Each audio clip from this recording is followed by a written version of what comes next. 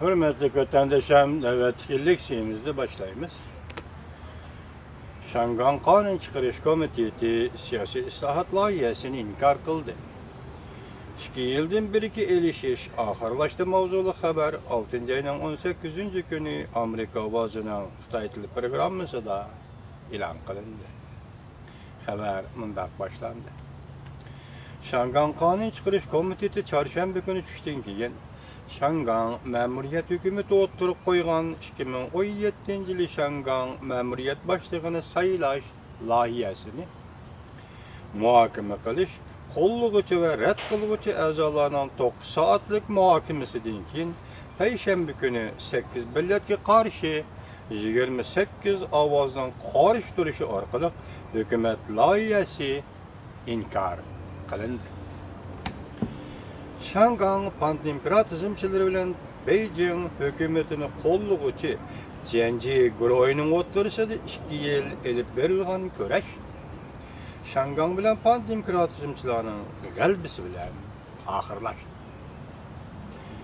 Avaz koyuluştan avval hükümetperest Cenci Groy'un köpligen azaları yığın zaliden çekinip çıkıp gitti.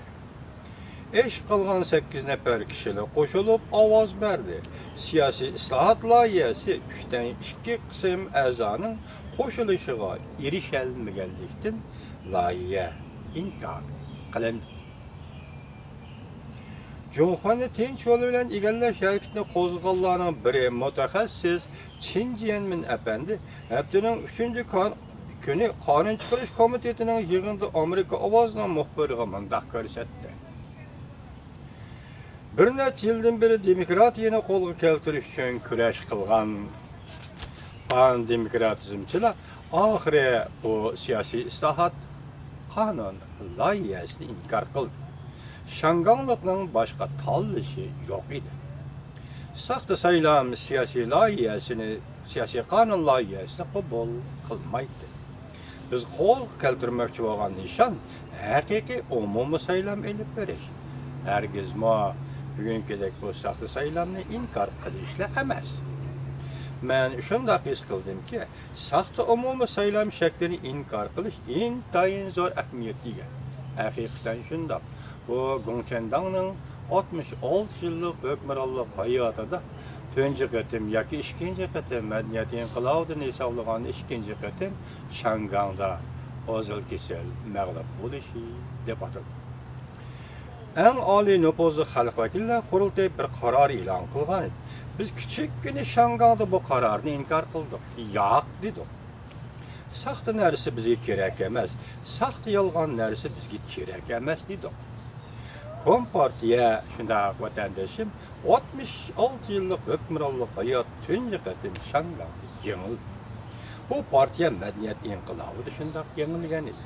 Medeniyet inqilabı Kompartiyanın zaten nime partiya ekanligini bütün memleket halkı aşkarlap bergen. Bolup mu Uygurlarga aşkarlap bergen. Endi bugün bu partiya Şanganda yengildi. Bu partiya Janubi dengizde yengildi. Amerika heyvesini körüstüp koyuverdi, Cungo'nun bayanatçılarının zıvanı tutuldu. Janubi dengizge yötkep kelgen Zentop ve Zembireklerini yötkep çıkıp gitti. Janubi dengizde aral yasaş, harbiy baza kuruşunu toxtattı. Net 100 milyar dolar halkara kapital bugün növbeti Cungo'nun payçek bazarından çekinip çıktı.